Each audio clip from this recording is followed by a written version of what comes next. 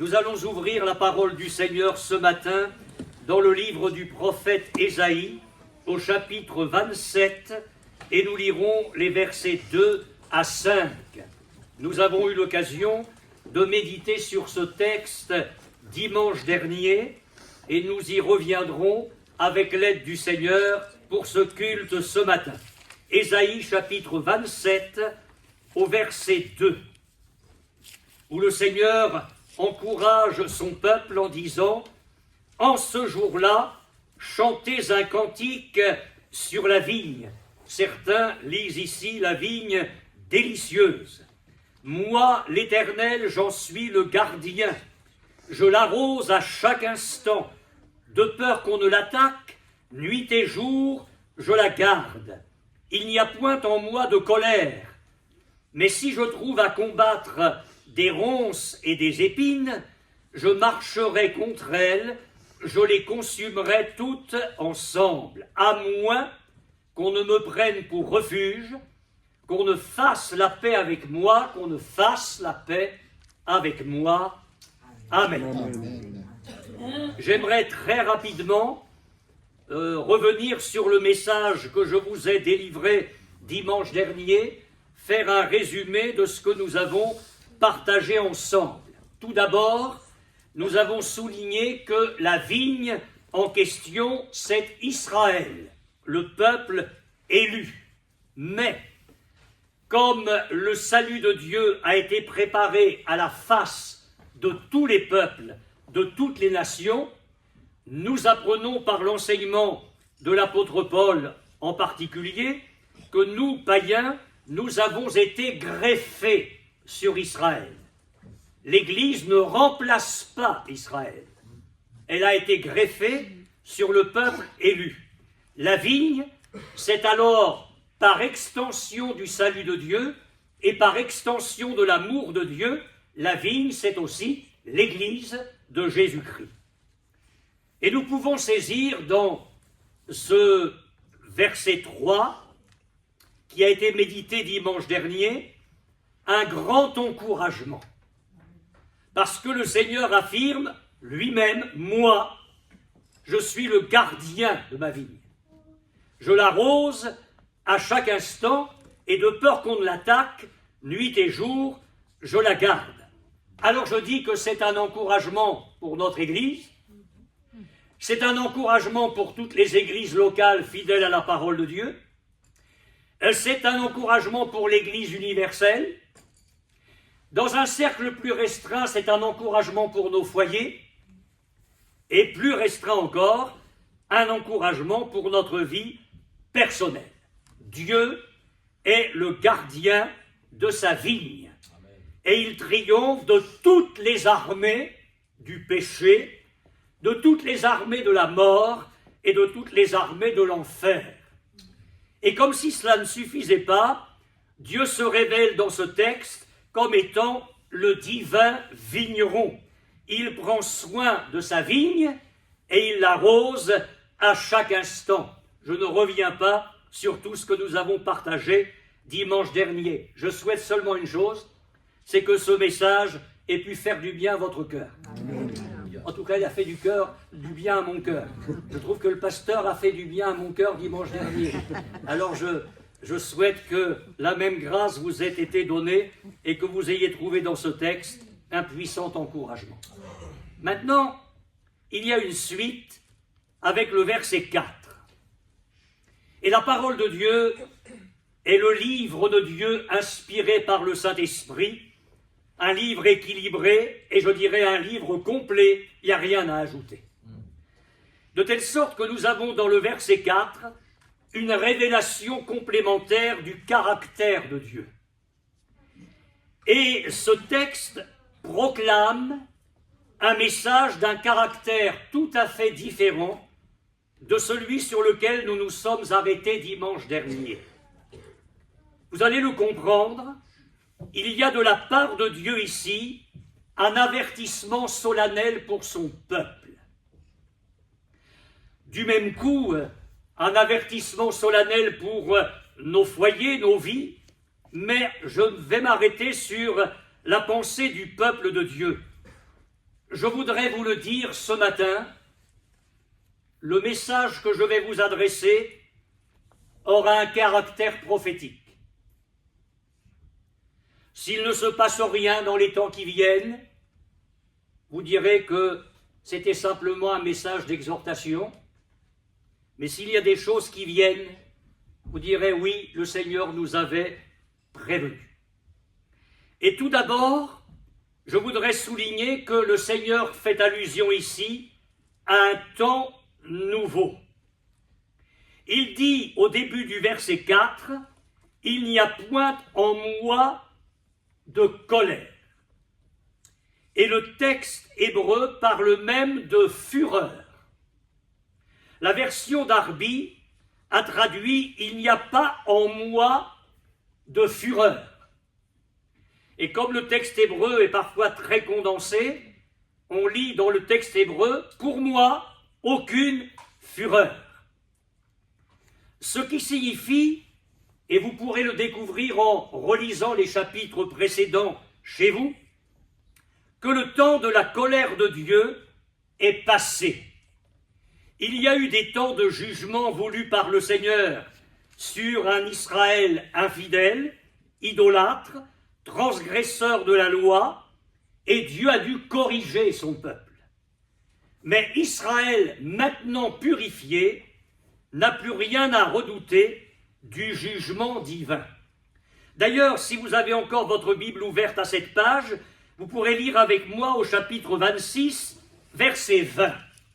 Voilà ce que Dieu dit. « Va, mon peuple, entre dans ta chambre, ferme la porte derrière toi, cache-toi pour quelques instants, jusqu'à ce que la colère soit passée. » Il y a, dans le livre des psaumes, un principe divin.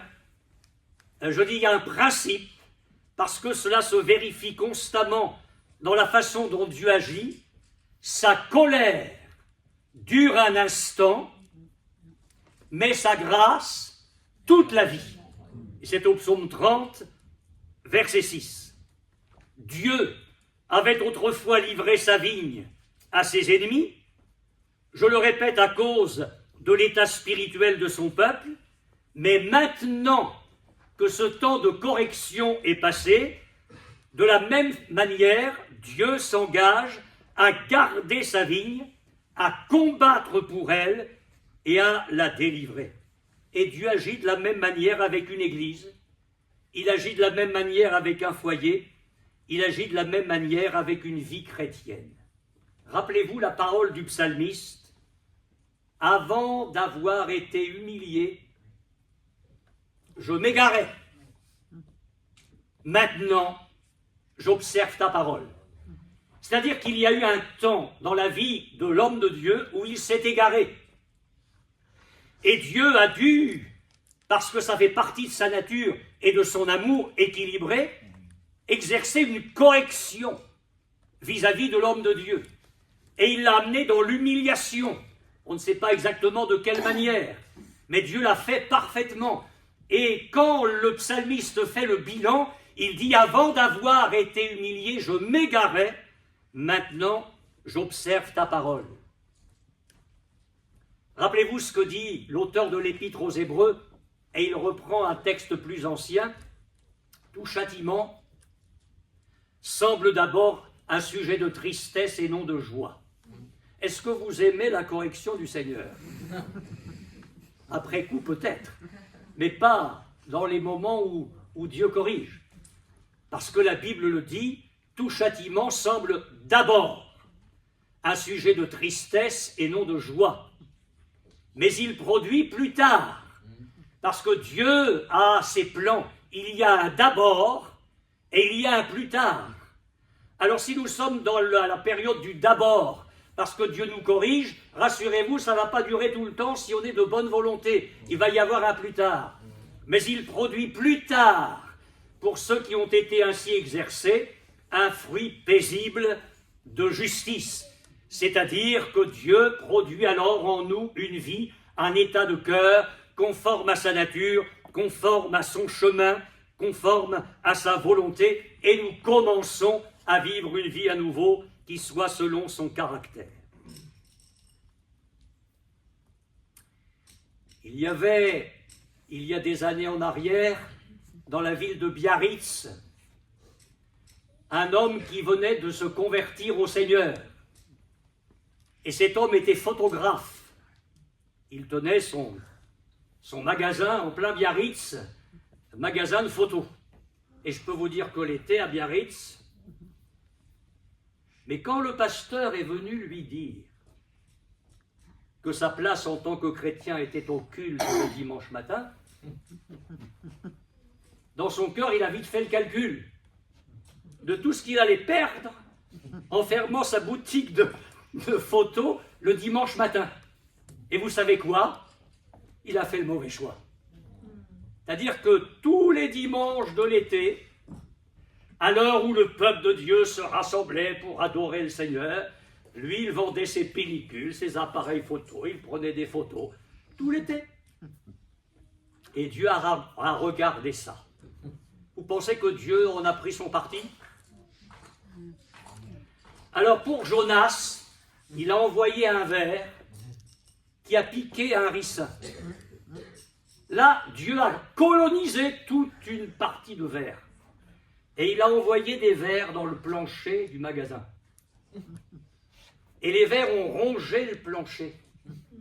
Ce qui fait que ce brave chrétien, après la saison, a dû changer tout le plancher de son magasin. Et il a fait ses comptes.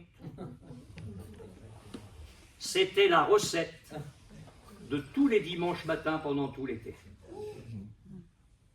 Ah ben je vous promets qu'il a compris la leçon. Il a compris la leçon. Vous savez ce que dit le livre des Proverbes? Une correction sévère menace celui qui abandonne le sentier. Mon frère, ma sœur, je le dis avec beaucoup d'amour, mais je suis votre pasteur, je prends mes responsabilités. À l'heure de la prière le mercredi soir, ta place est là. Amen. À l'heure du culte le dimanche matin, ta place est là. C'est Dieu d'abord. Et si nous avons cette ligne-là de priorité, alors nous ne serons jamais perdants. Dieu nous donnera sa grâce. Mais ce n'est pas le moment de parler en détail, comme dirait l'auteur de l'Épître aux Hébreux, sur la correction du Seigneur. Je voudrais vous parler d'un combat dans lequel Dieu lui-même promet de s'engager pour défendre sa vie. Parce que le Seigneur fait allusion à des ronces et à des épines. Je relis cette partie du verset 4 où Dieu dit « Mais, il n'y a pas en lui de colère, mais si moi l'Éternel, si je trouve à combattre, c'est lui qui trouve à combattre. Des ronces et des épines, je marcherai contre elles, je les consumerai toutes ensemble. » La version d'Arby, qui est toujours très proche du texte original, dit « Si j'avais les ronces et les épines en bataille contre moi ». Et c'est à peu près ce que dit l'Hébreu. Si j'avais les ronces et les épines en bataille contre moi. C'est-à-dire que, et je vais y venir, quand il y a dans la vie des ronces et des épines, là, c'est un combat que les ronces et les épines livrent contre le Seigneur lui-même. On ne touche pas à l'Église de Dieu. C'est l'épouse de Jésus-Christ.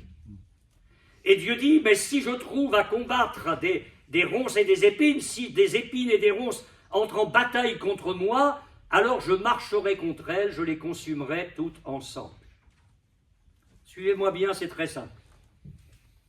Il y a les ennemis venant de l'extérieur. Alors, puisqu'il y a la vigne, je vais rester dans l'image. Il y a les sangliers, il y a les renards, mais au moins quand ça arrive de l'extérieur, ça se voit. Je sors de l'image pour arriver dans la réalité d'Israël. Quand les armées se rangeait en bataille contre le peuple de Dieu, ça se voyait. Ils arrivaient parfois comme nombreuses comme le sable de la mer, c'est la Bible qui le dit. Donc quand Israël, la vigne du Seigneur, voyait arriver les ennemis de l'extérieur, ils étaient visibles. Les armées étaient bruyantes, il y avait le cliquetis des armes, le bruit des sabots, des chevaux, des chars. L'armée était impressionnante. Je dirais que l'ennemi était une évidence. Une évidence. Parce que ça arrivait de l'extérieur. Et c'est ce que l'apôtre Paul rappelle aux anciens de l'église d'Éphèse, lorsqu'ils se rassemblent devant lui pour une ultime rencontre. Paul ne les reverra plus et eux ne reverront plus Paul. Je sais qu'après mon départ, viendront des loups. Il s'introduira au milieu de vous. Ça arrive de l'extérieur. Il s'introduira au milieu de vous des loups qui n'épargneront pas le troupeau. Nous avons notre part à faire dans ce cas-là, c'est une évidence, mais Dieu fait la sienne. Il nous l'a dit dimanche dernier, il est le gardien. Il est le gardien. De peur qu'on ne l'attaque, nuit et jour, je la garde. Mais oui, il y a l'intérieur. Et là, on a une autre image, c'est celle des ronces et des épines. Les ronces et les épines, elles n'arrivent pas de l'extérieur. Il faudra m'expliquer comment. Le sanglier, le renard, il arrive de l'extérieur, mais la ronce et l'épine, elles poussent sur le terrain même de la vigne. Elles poussent là où est la vigne. Les ronces et les épines n'arrivent donc pas de l'extérieur, ça surgit de l'intérieur, elles émergent du sol même où se trouve la vigne. Alors on a des exemples dans la parole de Dieu. J'aimerais vous citer un texte dans le second livre de Samuel, mais ne cherchez pas. C'est au chapitre 23 de ce livre, second livre de Samuel, chapitre 23, versets 6 et 7. Mais les pécheurs, le mot est méchant, mais le méchant dans l'Ancien Testament, au sens très large, c'est toujours le pécheur. Les méchants sont tous comme des épines que l'on rejette et que l'on ne prend pas avec la main. Celui qui les touche s'arme d'un fer ou du bois d'une lance et on les brûle au feu sur place. Et puis, il y a ce texte dans le livre d'Ézéchiel. Ah, mais dès qu'il a eu sa vocation, il a été mis au clair par le Seigneur, lui. Ça allait être facile. Et toi, fils de l'homme, ne les crains pas, ne crains pas leur discours, quoique tu aies auprès de toi des ronces et des épines, et que tu habites avec des scorpions. Ne crains pas leur discours, ne t'effraie pas de leur visage, quoiqu'ils soient une famille de rebelles, tu leur diras mes paroles, qu'ils écoutent ou qu'ils n'écoutent pas, car ce sont des rebelles. Au moins Ézéchiel était au clair sur le genre d'auditoire qu'il aurait à affronter, mais on comprend bien ici que le Seigneur revient sur ces mêmes images. Et je reviens à ce que l'apôtre Paul disait aux anciens d'Éphèse. Après avoir dit « Je sais qu'après mon départ, il s'introduira au milieu de vous des loups », il dit « Et il s'élèvera du milieu de vous ». Là, ça n'arrive plus de l'extérieur, ça pousse de l'intérieur. Il surgira du milieu de vous des hommes qui enseigneront des choses pernicieuses. Alors ce matin, je vous encourage, parce que je sais que vous n'êtes pas des ronces et des épines, et vous dire que Dieu se chargera de combattre les ronces et les épines. Amen, amen. Jésus l'a dit, les épines et les ronces, elles montent. tranquillement. Elles croissent au milieu du bon environnement. Elles étouffent et elles empêchent de produire du fruit. Ce n'est pas moi qui le dis, c'est Jésus qui l'enseigne. Vous voyez les ennemis arriver, ça fait du bruit. Vous écoutez les ronces et les épines, quand elles poussent, vous n'entendez rien. Ça se fait tranquillement, sans bruit. Et ça monte, ça enserre, ça étouffe, et ça produit la stérilité. Alors Dieu veille, parce qu'il dit, si je trouve à combattre, c'est Dieu qui lancera l'assaut. Et c'est ça qui est prophétique ce matin. Il lancera l'assaut, il marchera contre elle, il anéantira les ennemis, il brûlera et consumera. Et je dis que c'est une assurance et une sécurité pour chacun de nous. Amen. Vous verrez le tri. Je ne parle pas des églises apostates parce que celles-là vont être emportées. Mais dans les églises saines, menées par des hommes de Dieu qui aiment la parole de Dieu, s'il s'élève des ronces et des épines, et il s'en élèvera parce que le diable n'a pour but que de dérober, égorger et détruire, Dieu va se charger de ça. Amen. Et il ne faudra pas s'étonner du nettoyage que Dieu va faire dans les églises, de ce qui pousse, qui n'a rien à voir avec la vigne, et qui est autant d'ennemis pour nuire à la belle œuvre du Seigneur. Alors, il y a de nombreux exemples dans l'Écriture, je ne sais même pas si je vais m'y arrêter ce matin finalement. Mais dans l'Apocalypse, parce qu'avec le livre de l'Apocalypse, la révélation va bientôt se fermer, après on n'a plus rien à ajouter, il n'y a pas le chapitre 23. Le Seigneur Jésus, dès le départ de l'Apocalypse, nous est présenté comme ayant les étoiles, les sept étoiles dans sa main droite. Et il marche au milieu des 7 chandeliers d'or. Et la révélation nous est donnée, les étoiles sont les responsables des 7 églises. Et les chandeliers d'or, ce sont les 7 églises. C'est rassurant de savoir que Dieu a le contrôle des responsables et Jésus marche au milieu de ces églises et il sait dans quel état elles sont et comment ça se passe. Des épines et des ronces dans la vigne du Seigneur, je le répète, ça ne fait pas de bruit, mais elles détruisent. À Thyatire,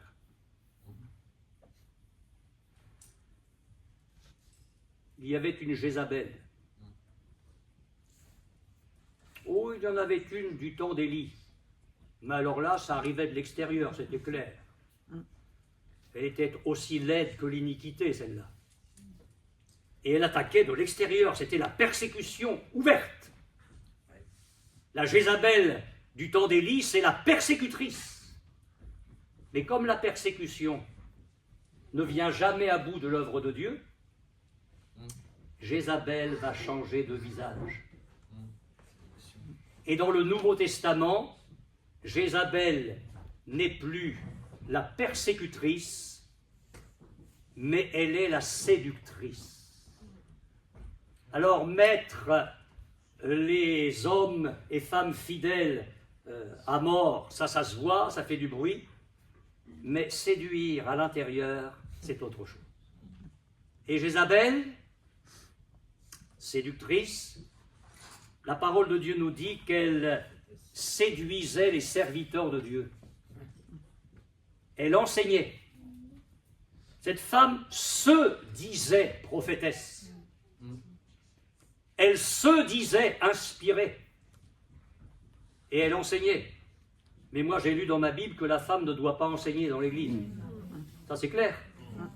Et vous savez à quel point je respecte les sœurs.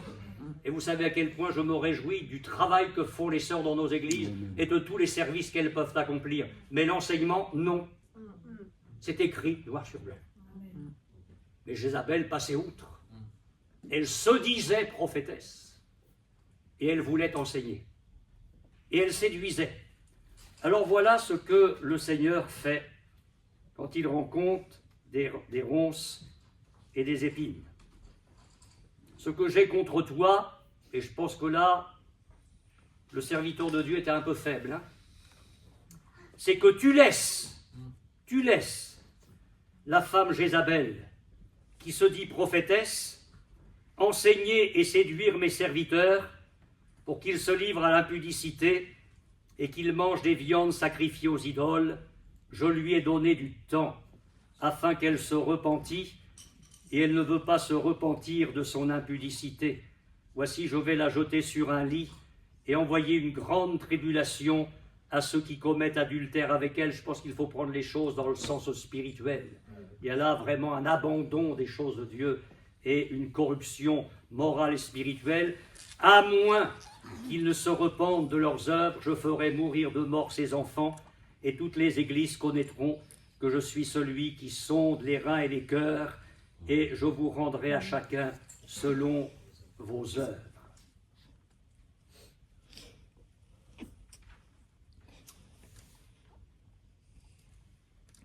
Lorsque nous étions encore à Bourguébu,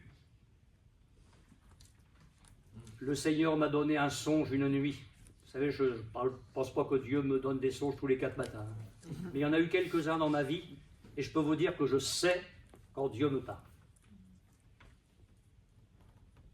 J'ai vu un serpent arriver, et il s'est enroulé sur mon épaule. C'est tout. Mais je n'avais pas besoin de jeûner, de prier des mois pour savoir ce que ça voulait dire. Je sais ce que représente l'épaule dans la Bible, et je sais ce que représente le serpent. Et le serpent est venu s'enrouler sur mon épaule.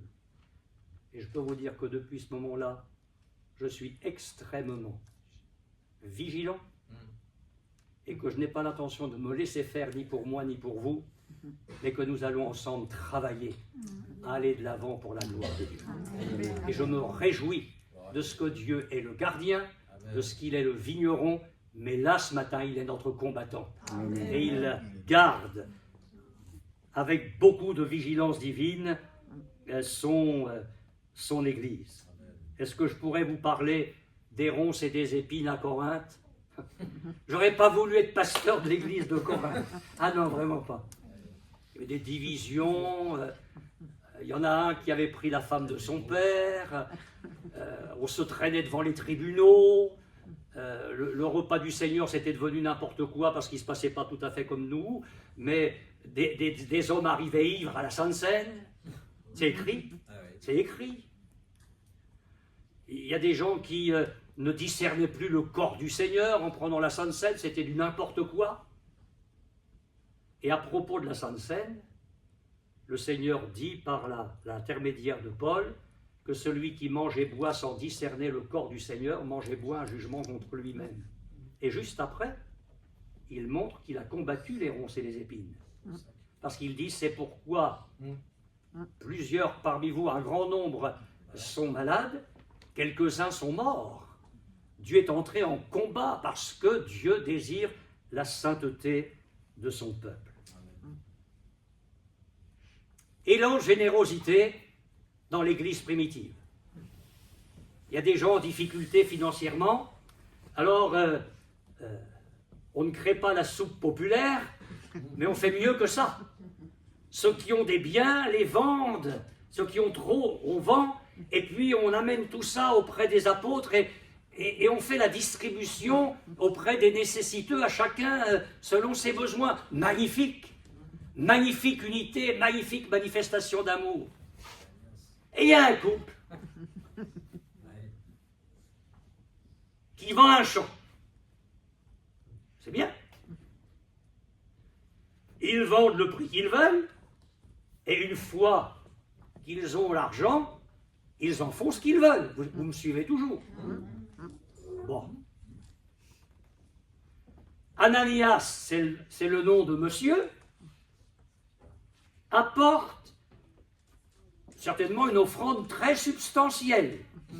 Dans certaines églises, on aurait fait de monsieur Ananias le trésorier de l'église. J'ai rien contre vous. Ça n'a rien à voir. Mais c'était impressionnant, c'était impressionnant. Mais il apportait ce qu'il voulait. Il n'était pas obligé d'apporter tout le prix du champ. Vous êtes toujours d'accord? Où est le problème? Où est la ronce?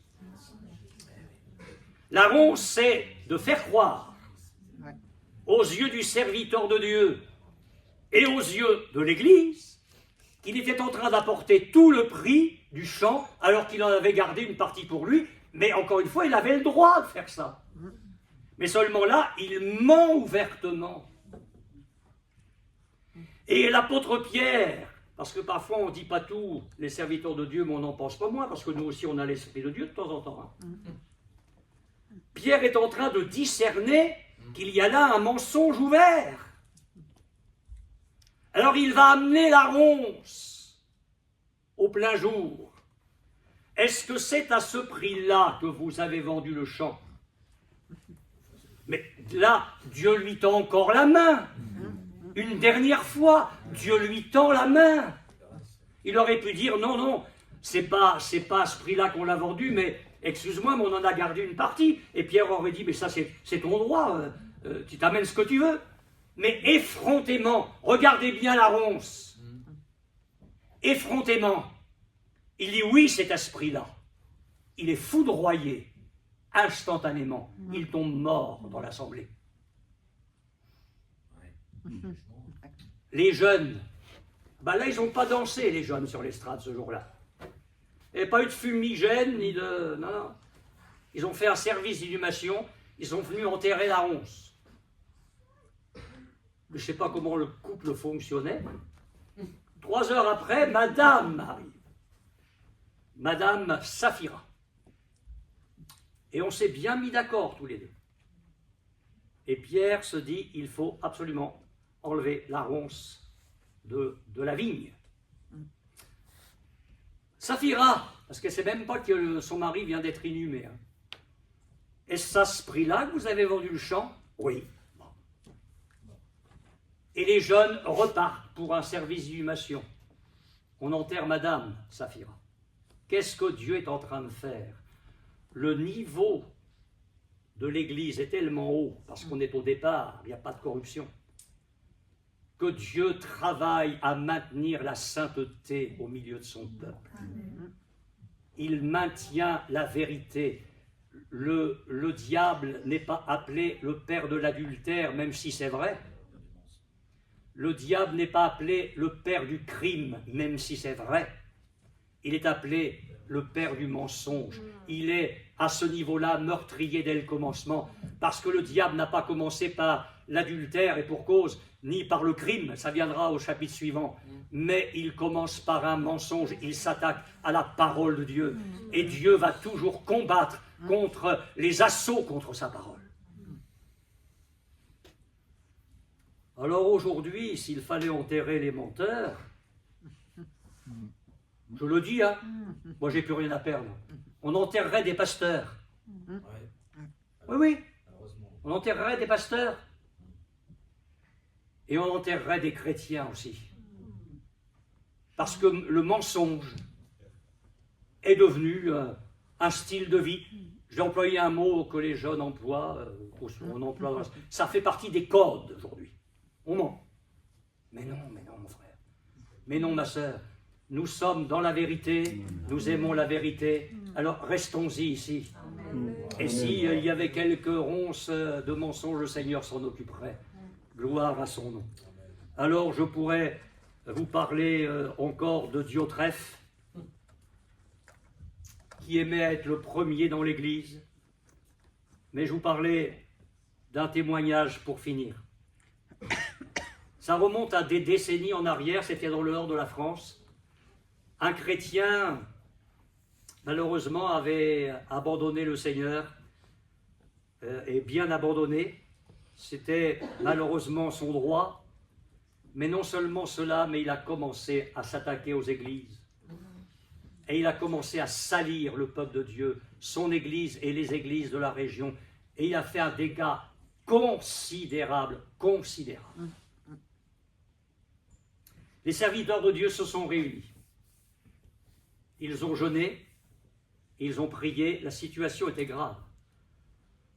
Et ils ont cherché la face de Dieu. Et à l'unanimité, ils sont arrivés à la conclusion qu'il fallait livrer cet homme-là à Satan. Vous trouverez ça dans la Bible. C'est pas rien de faire ça. On ne fait pas ça tous les 4 matins. Hein. Mais conduit par le Seigneur, après avoir cherché le Seigneur à un bon moment dans sa présence, dans le jeûne et la prière, ils l'ont fait. Et à ce moment-là, tout le monde n'avait pas de voiture, cet homme était à bicyclette. Et je ne sais pas ce qu'il s'est passé, mais il est tombé de sa bicyclette. Et on a retrouvé sa langue à côté de lui. En tombant, la langue s'est sectionnée. La langue avec laquelle il avait sali le peuple de Dieu. Dieu dit, si je trouve à combattre des ronces et des épines, je marcherai contre elles et je les consumerai. Je ne vous trouve pas souriant ce matin. Alors je vais vous dire ceci. Non, ce message n'est pas négatif. Pas du tout. Et il n'a pas pour but de vous décourager, de vous placer dans une fausse crainte, mais au contraire, parce que ce message n'a rien d'effrayant, c'est Dieu qui le dit ici. C'est Dieu qui le dit. Mais Dieu nous montre que nous pouvons nous appuyer sur lui, parce qu'il est un puissant stimulant et il est la sécurité du peuple de Dieu qui veut rester fidèle. Et ce sont des paroles, là dans ce verset, qui assurent notre sécurité.